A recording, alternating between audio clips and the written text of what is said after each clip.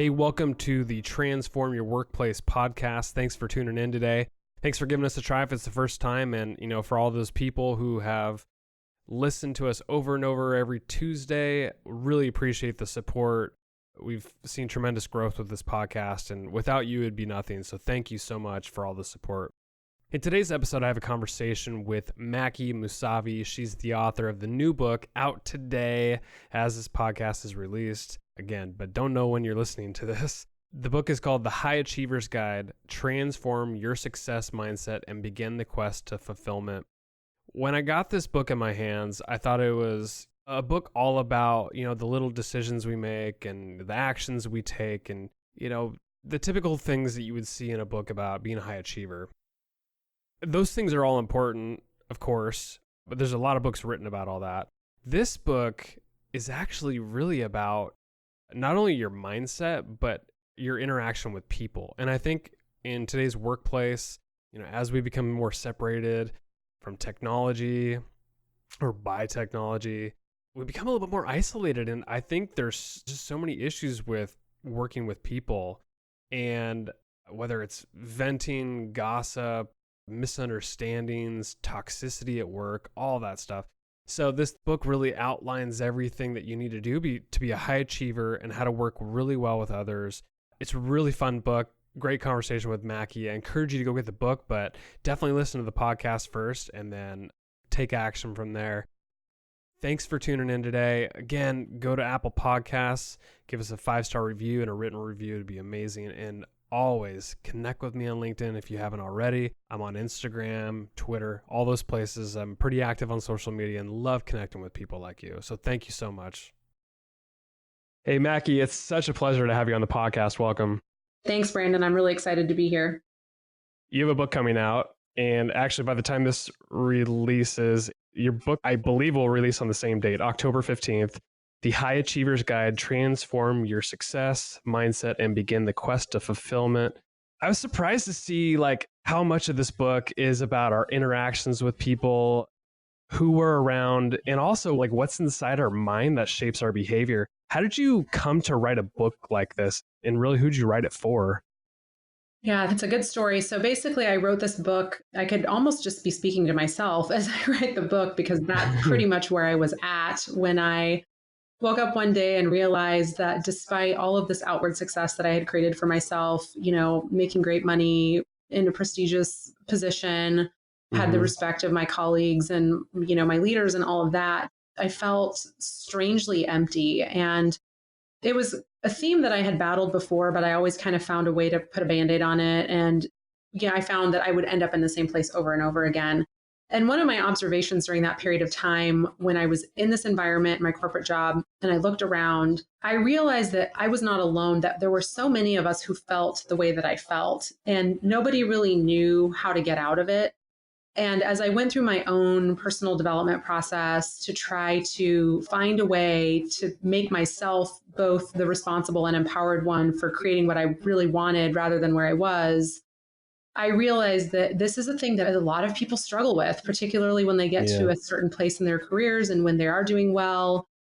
That's really when I think the newness wears off, that you start to really see the reality of things. Most of us get stuck for the same reasons. And that's why I decided to write a book to hopefully speak to all of these people who are in that place of maybe professional success that still feels kind of empty, to help provide some tools for how to start to get out of that. In the title of it, The High Achiever's Guide. So have you always considered yourself really a high achiever who was stuck in a rut where you couldn't unlock the untapped potential that you knew that was possible? Yeah, absolutely. And, I didn't realize it at first. I would come to these places where I had achieved whatever I set out to achieve. So definitely very goal oriented, and would always outline the plan for how I was going to get from point A to point B and reach that goal. But repeatedly, in the reaching of the goal, there wasn't a whole lot to celebrate when I got there. It was almost kind of a foregone conclusion that I was going to reach the goal, and I would immediately set about setting the next goal. And the part that was disturbing for me was the achievement wasn't fulfilling me. And I started to wonder if I was damaged in some way, because, I couldn't seem to find that missing piece or whatever it was that was just eluding me. And I realized, again, because I saw this behavior in so many other people, that there tends to be like a very specific set of behaviors and ways of thinking in people who are achievement oriented that may provide outward success, but that ultimately hold us back from true success. Yeah. I don't know if you intended this in the book, but when I was reading it, so I'm coming from a lens of HR background, leadership, and that's our audience for the most part too, is a bunch of human resource professionals. And I know this book is really about the self. It's like looking from within, but I also was looking at it from the lens of HR and providing resources to people and really trying to look at who are my high potential employees and are we even like maximizing their potential and fulfilling them? There's so much about inner workings with people in this book that I thought it was not only great for the self, the individual, but also for leaders who are really trying to maximize potential. Absolutely. I'm really glad you said that because that really is the more subtle intention, perhaps, is that my experience in corporate, as a leader and as an employee, was that there's always so much emphasis on how to be a part of something bigger than yourself, like whether that's to be a team player, a good leader, how to facilitate all the things that come with that. And there's a ton of books around corporate culture and like how to do all of those things that are really great. And there's nothing wrong with any of those. But what is absolutely missing at some point is that you can teach people to do all of those things, but then ultimately, once they've kind of mastered that sort of interaction based recommendations, ultimately, what you really need people to do is to show up very authentically in a way that may feel scary and in a way that really requires self-awareness and confronting of your own biases and thought processes and the way you limit yourself and interaction with others and even with yourself. It really is, in my opinion, intended for people who lead as well, because it's only through leading by example that you can help others do the same thing. It's very unreasonable to expect people to wake up, be self-aware, and show up in a very different way if that's not being modeled for them and it's not being encouraged. And instead, what's being encouraged is, please meet this set of expectations that we've decided make a good employee, which is exactly why people stagnate, because all they're ever doing is meeting external expectations instead of forming their own for themselves. Absolutely. That's a great point. I love that. A lot of the first part of the book is really talking about inner workings with people. And you talk about some of the pitfalls, specifically avoiding toxicity. You say that it's really vital to being a high achiever. So how do we look out for toxic people, toxic relationships in our lives and at work? And you even said like toxicity could be really subtle at times. So maybe give a few examples of that. Sure. Yeah, I think most of us are pretty good now, especially nowadays, seeing real obvious toxicity. We see a lot of examples of that in our politics and other things where we recognize it and we know to stay away from things like that. It's a lot harder to recognize what are different basically archetypes that I lay out in the book, where this person may be really nice and pleasant to be around, but if they're constantly seeing themselves as a victim, being ineffective in their work because of interpersonal interaction challenges, or maybe they're highly emotional and that's really a defense mechanism to keep you from having tough conversations with them. There's lots of things to look for, but I think the number one way to really feel into whether something is off is to honor your intuition, which is something that we're really bad at these days because we don't give ourselves the time and space. But if you are in a situation with somebody where you realize you kind of dread interacting with them, or you feel like you have to be very careful of what you say, how it's going to be taken, if you avoid speaking up at all because you're trying to avoid a particular reaction, it's highly likely that that person is toxic, even if for all intents and purposes they come across as quite pleasant. Yeah. And you even mentioned like toxic people are manipulators. That's right. So how do we even look out for toxic people? Are there signs of those kind of people? Like you said, like they could be nice. Yeah, sure. Yeah. But like it's obviously fake because they're trying to manipulate you. But like, who are we looking out for? A lot of the time to look for those types of things where, potentially people are having overreactions to things that are said to them because it's a defense mechanism against being confronted. It's oftentimes people who are always looking externally for an answer, so people who are not very self-efficacious, who are everything is either somebody else's fault or somebody else needs to fix it for them. So there's like some disempowerment that they're using to kind of play on their need for your help or input. People who refuse to take responsibility. I think that's a huge one. People who are toxic are not self-aware enough to accept when they have done something that warrants a correction. And so if they always have a reason, always have a person, always have a finger to point, that is a really good indicator as well. So things to look out for would be, what I've mentioned, as well as just some subtleties around, what's the morale like around this person? How do other people feel in interaction with this person? Do you feel like this person is asking you for more than you want to give on a regular basis? Are these people who ask you to do things that you wouldn't ask people to do? Just some really subtle things like that, which sometimes in just your sense of irritation with someone, if you take a beat to really think about why you're irritated, you can sometimes reveal that there is a pattern here. The reason you're irritated is because it's a recurrent theme. And then I mentioned gaslighting in particular, because I think that's really important. This can be very subtle, but it's basically where people deny something that you've confronted them with. They may lie about it. They may try to cover it up. Again, they may redirect your attention. And it's not always a super obvious thing. And one of the challenges of toxicity, especially in the workplace, is it's kind of a soft area where, it's pretty easy. A lot of us have checklists of behaviors to look for when it comes to harassment or, comments or statements that are made that are unacceptable. But toxicity is a much subtler set of behaviors where it's easy to overlook because you could explain away the thing that you're seeing unless it really becomes repetitive and multiple people are experiencing it. You said a minute ago, disempowerment, and I think that's a perfect way to sum up like what toxicity does. And there's a quote I pulled that I really liked from your book. The quote says, if you are allowing someone else to call the shots and reacting to those calls, you are disempowered in that relationship, end quote. I mean, is that really what it comes down to with toxicity? Is that we're not calling the shots. We're letting somebody else manipulate us and really kind of railroad us to a certain standpoint. Yeah, absolutely. That's 100% what it is. And that's where the manipulation comes in. The person is using behaviors that manipulate you into doing their bidding in subtle and overt ways, that basically where you end up is you're just doing whatever feels easiest to you to avoid the consequences, but that's actually giving them what they want. So you are in a place of disempowerment because you're making this compromise that it's easier to stay silent and acquiesce versus like stand up and set a boundary. One of my favorite sections from your book, and I've read this in some other things and I think about it a lot, is this notion of self-prioritization. I'd read a book, I can't not remember the title, but it was really about working on yourself first. Like if you want to be a good leader and be a high achiever, as you describe, you've got to work on yourself first. Mm-hmm. And if you can't lead yourself, you can't lead other people and be really good at your job. So, I mean, you describe actually as the way people look at self-prioritization and taking care of themselves, it's almost a race to the bottom. Mm-hmm. Who can sink to the bottom the fastest? People just don't take care of themselves and they make excuses for it. Why is that? We are so conditioned to think that the right thing to do is to make sure that the needs of other people are met. And it kind of goes back to something I said earlier as well, which is that we're busy meeting the expectations that other people set out for us, right?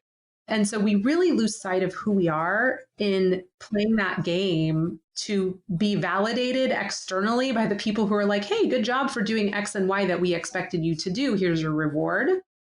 And we are so out of practice with doing that for ourselves and putting ourselves first and doing what feels good to us because we're taught that that's selfish. So guilt kicks in very quickly. We make a lot of excuses for why that's not possible. And among those excuses are typically fear-based things. Well, I'm going to lose my job if I say this or do this, or I'm not going to get that opportunity for promotion if I say what I really think. And if I don't play this game, even though it feels icky to me, then I can't get to where I want to be. And so by the time you're done compromising on all the things that you really would rather not do, you may have tangible on paper evidence of your greatness that feels pretty crappy on the inside. Mm-hmm. I love metaphors. Another quote that I grabbed from that section is the quote says, appreciation of your self-worth is like laying the foundation for a home, end quote. I love that because really to take care of yourself, it is the foundation. And then if you're going to build the house on top of it, like that's going to be your success. So you need the foundation first. People need to take care of themselves. Absolutely. And I think some of the examples I use are like, this weird way we get into bragging about that we had to skip lunch or we didn't get enough sleep or we spent 10,000 days on the road, like, why is that good? But really people do talk about that as if it's evidence of how committed they are to their success, when in fact, it's exactly what's destroying you. Yeah, it's funny and not really that funny, but sad in a way. Like there's a lot of people I've worked around in the past that it's almost like a competition. who's the busiest, who worked through lunch, who was up the latest working, who was sending emails at 2 Oh, a.m. 100%. Like, Yes. right? Like we've all dealt with that. Like that. Why is that sexy? Yeah, It's not. It's destroying us. exactly. It is really strange. It's as if, your success could be measured by your suffering. Yeah. Yeah. Unreal. You talk about emotions and how they're really important. Quote says, how many times have you had a gut feeling about something or someone and decided to dismiss it in favor of logic and practicality? End quote. I love that because, often we are dismissing our emotions. We're saying, oh, I'm just being irrational at this point, and we do favor logic and practicality. Talk about emotions. Why are they important? Yeah. I think this goes back to some conditioning around, we're taught that emotions are kind of yucky. Like we have all kinds of sayings around how we shouldn't make emotional decisions, how we shouldn't make decisions when emotions are high, how we shouldn't interact with people when emotions are high. And while there's some wisdom to some of that, it really has taught us that emotions are in some way weak and that they should be subservient to our rational and logical minds. And the challenge is that it really has taken this very important tool that we have and has made it almost irrelevant when it really should be the first thing that we go to. So I alluded to earlier when we were talking about toxic people, the best way to gauge whether or not somebody is toxic to interact with is how you personally feel in interaction with that person. Because your gut Yeah. feeling is typically the right thing. And it's unfortunate, we get to this place where people say, well, I'm just really unhappy. So it must be that I'm not, I just need to get over it. I have everything I could possibly want. Anybody else would be happy to be in my shoes. So I might go put this Band-Aid on here, which is to go buy a new car or, spend some money on something. Yeah. When in reality, your feelings exist for a reason. And I'm telling you, the worse you feel, the more of a red flag that is that you are just too far away from who you are at the core of your being. And we need to honor that. Those bad feelings that we have a really hard time suppressing are actually our friends. They're there to be an early warning system that something's out of balance. We are ignoring who we truly are. We're ignoring what we truly need. And when we continue to use logic to overcome those feelings, we make bad decisions. We make decisions that we can often look back on hindsight and go, hey, I knew that wasn't the right thing. I felt it, but I did it anyway. Yeah. And we also continue to cycle in this pattern that isn't serving us until, unfortunately for some people, it's they get sick, a relationship falls apart, some like massive wake up call has to happen in order to show you like, no, things are really off. And we all too often wait for it to get to the point where it's basically a rock bottom situation instead of honoring our feelings along the way and feeling into, is this right or wrong? And do I need to be making an adjustment? It's funny. I consider myself a very emotional male, but I also had the logic and practicality side of me too. And I feel like those things always have to be in balance. I think on the emotion side, you do have to go with your gut. And I also feel like the emotions are what makes us human. And if we're talking about connection and that's how we can get high achievement, if you don't have any emotion and you're all logic, I think you have a ceiling as far as like a limited ceiling on how far you can really go with achievement. What do you think about that? I completely agree with you. And I think it's that, soft skill of emotional intelligence that you're kind of referring to. Yes. And the reason I put so much, maybe to some would say overemphasis on emotions is because we are so programmed in the opposite direction that I just want them to bubble up as important. But you're exactly right in that they're both important. But there are times when we really need to honor the feeling over the logic, because the logical part of our brains, we do want to talk ourselves out of things that may feel scary or threatening to us, which sometimes the bad feelings that we have can feel scary or threatening to us. But you need those emotional skills to really connect with people and to co-create, because none of us, and I think this is one of the biggest downfalls of the way that we see achievement as we're taught, is that, we're one man or one woman show. And that the glory is in accomplishing something on your own, when in reality, none of us can accomplish anything on our own. And the more we accept that and see that the magic is in the connection and co-creation, the better off we're going to be. I latched on to your section about venting, particularly because it's just so core to a corporate environment. But also, I've never talked about it on the podcast, so I can't wait to talk to you about this. So venting, you'd said that venting with others builds a sense of community around shared misery. And I could not agree more. Why do we do this? We know it's unhealthy. Right. Talk to me about venting. I think that when you're in this place where you continuously push down these feelings, like I'm not happy, I don't want to be here, that you normalize that feeling by finding other people who feel the same way. And it's like this weird temporary solace to know that you're not alone in that sense, that this person is really hard to deal with, or this situation is really messed up, or, why do they make so many bad decisions?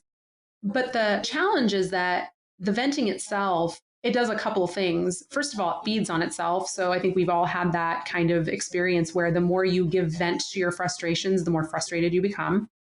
And it does have this negative side effect of creating a community of shared misery so that it normalizes what you're accepting. And that's really the danger. It's so true. How do we break that cycle? Like, what do we do when others are venting and we really want that sense of community, but we don't want to share the misery, as you suggested? Yeah. So what I did when I was still in my corporate job and what I do now with my coaching clients is to say, okay, go, you have 60 seconds to vent. And you put a time limit on it, right? So go ahead and have your human feelings, like be frustrated, be angry. There's nothing wrong with those feelings. You have them. We all have them. It's okay. But what you want to do is give voice to that and then shift to what you're going to do differently. And one of the things that I started to experiment with when I was still in my corporate job with people who were in a place where they were venting a lot was to say, what are you going to do about it? And not in a like confrontational way, but, we've been talking about, you brought this up a few times. What do you think you could do to make it better? And try to get them focused on, is there something that you're just not articulating that you need to? Because here's the deal, like things do not magically get better. And there's a reason why there's a whole chapter in my book about speaking up. It's like you think that all the venting you're doing in private is somehow reaching the right ears and that something's going to change. When in fact, you are the change. You can't just wait for someone to fix it for you if you're not willing to say what the problem is and how you would fix it. It does seem like whoever's participating in the venting exercise, they have the opportunity to shut it down. I like your idea of the timer, like, 60 seconds vent, but we're going to be then productive. I'm going to ask you questions about, hey, what are you going to do to fix it? I do think it's a choice by the person who's on the other side of the venting. They could either, add to it or help them get out of that rut. And this goes back to what you pointed out earlier that I talk a lot about, which is venting is disempowered. Figuring out what action to take is empowered. I love that. This next part came as a shock to me. So you suggest that high achievers should stay in their lane. Explain that to me. So to me, this is really about not just being narrowly focused, but making sure that, you're paying attention to yourself. And so I think the other thing with venting that becomes very magnified is that when we are not where we want to be and we know there's work we need to do, but we don't know how to do it, we often find other things to point out in other people or situations because it deflects from the work that we need to do ourselves. And staying in your lane is about not doing that, right? It's about seeing what you need to do. And if you see something that someone else is doing that you think is, crazy or whack or whatever, you make a decision to kind of stay in your lane. You see somebody doing something that you disagree with, that's their choice. Unless they're coming to you to ask for your help, that's none of your concern, right? You focus on you and what you need to do. But aside from that, it's also about doing the things that are a part of that lane that you're in. So we're talking a lot about leadership. If you're a leader, then be a leader. Be in that lane of leadership and do your best in that situation. Be self-aware, do the self-improvement, do whatever you need to do to be that person. If you're being a good friend to someone, be that friend. But this is more about like, stop focusing on what everyone else is doing that you disagree with or that you don't understand, because everyone's on their own journey. And unless they're specifically coming to you for feedback in that particular area, it's not your concern. So I think there's just so much of, we look at what other people are doing and we get super hung up on whatever decisions they're making when we've got plenty of stuff to think about in our own lives and we do not need to be doing that. It is so true. And I love this notion of like the deep work. The book by Cal Newport's great, where, you focus on your own stuff, you go deep, get rid of all the other distractions. And I do feel like this idea of staying in your own lane, it does make a lot of sense, because if you're letting, either drama or other people venting or other things that just don't have anything to do with you, it's going to distract you and you're going to be less productive. You're not going to have high achievement, as you described. Yep, absolutely. So there's a lot of advice out there about leaders should be listening. And you'd actually said that keeping your words inside is harmful. So what do you mean by that? Yeah, so I think, we have a pretty intense culture of people pleasing where we're very concerned with how what we say comes across to others. And that can lead to us not saying the things that really need to be said. And listening is incredibly important. But if you listen or observe and see things that really do require you to give truthful feedback or input or whatever it may be, and that feels harsh to you, I would say that's one of the first things for us to look at is, why is being honest seen as harsh? That's a problem with the way that we are societally conditioned. It does a couple things. First of all, we're not built to eat our words. I think when we don't express, it ends up creating a lot of anxiety and tension for us. And what I see a lot is people who are kind of at the simmering point all the time because they're so busy never saying what they really think that little things set them off, right? And it's a symptom. It's because the things that really do matter and really do have weight are just locked inside of them. And so then little things are like feathers on the haystack and then they lose it. There's a personal consequence to keeping your words inside of yourself. And there's a couple things with this that I think are really important, is that people are always afraid that when they say what they want to say, that they're going to be creating a conflict. And I always tell people, speaking up is not a creation of conflict. You cannot control the other person's reaction. And it's not, again, stay in your lane. It's not for you to decide you're not supposed to say something because they may not react the way that you want them to. You still need sometimes to say the thing that may be triggering to the other person, and that is their trigger to manage. The second is, you don't give others the opportunity to respond when you don't use your words. If you can't articulate what you want, you can't have it. If you can't articulate that something needs to change, it's not going to change. There is zero chance that things are going to improve simultaneously if you will not give voice to the things that you see that need improvement. There's a quote I love that I think sums this up perfectly, and I put it on my LinkedIn this morning because I loved it so much. So you said, true connection involves reciprocation of respect, end quote. And I love that because I think what you mean by that is that, real respect is being open, authentic, not eating your words. It's saying, and being honest. And even if it creates a little bit of conflict in the moment, at least you're being honest. And that's, I think, nice. I think being open and honest and being human is nice versus if you just sit back. No, and you don't feel connected to people that you can't be open with, right? Like we all have those relationships where we feel like a burden has been lifted when we're with this person because we can say anything and we can just be who we are. And if you can imagine having that sensation more often than you don't have it, that's really freeing. And it really is exactly what you said. When you have trust with someone and you trust that you can be honest with them and they can be honest with you, that is a different level of connection.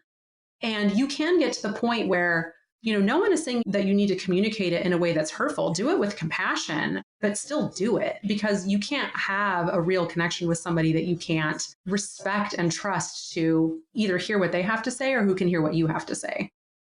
Mackey, I got to say, this book was a pleasant surprise, and I know it's not out for the general public yet, but I expected, with the title like High Achievers Guide, I really thought it was going to be a list all about what you should be doing from, morning routine and how many books you should be reading a year and all these things that would make you like a high achiever. But this book is really about working with other people and emotional intelligence and all of those things. So any other things that we didn't touch on that you think would be a mistake if we didn't talk about it? Yeah, absolutely. I mean, what I want people to understand is we all stagnate at some point. And the best way to get out of that stagnation is to turn that, look inward at yourself and see what you're like as a person and really get to know yourself on this deep level without judgment, and to make these adjustments that, I lay out in the book. It can feel overwhelming, but it's so amazing how just doing these little things that over time become new habits really shift your perspective, and they change your life very dramatically if you just commit to doing that work. So for anyone who's felt like, man, I've tried to change my life so many times and it's so hard and I always get back to square one and nothing's really changed. If you're willing to do the work, I tried really hard to make sure that the things I pointed out in this book were really, truly actionable and that things that anybody could do. My guest has been Maki Moussavi. She's the author of The High Achievers Guide, Transform Your Success Mindset and Begin the Quest to Fulfillment. Mackey, thank you so much for coming on. Where can people find the book? By the time this releases, it should be out by now. Where can people follow you on social media? And anything that you want to point people to would be great. Sure. Yeah, it'll be, all the major places, Amazon, Barnes & Noble, IndieBound. There's a link on my website that links to all of those things, or you can go find it wherever your favorite place to shop is. Awesome. Thanks, Mackey. Thank you so much.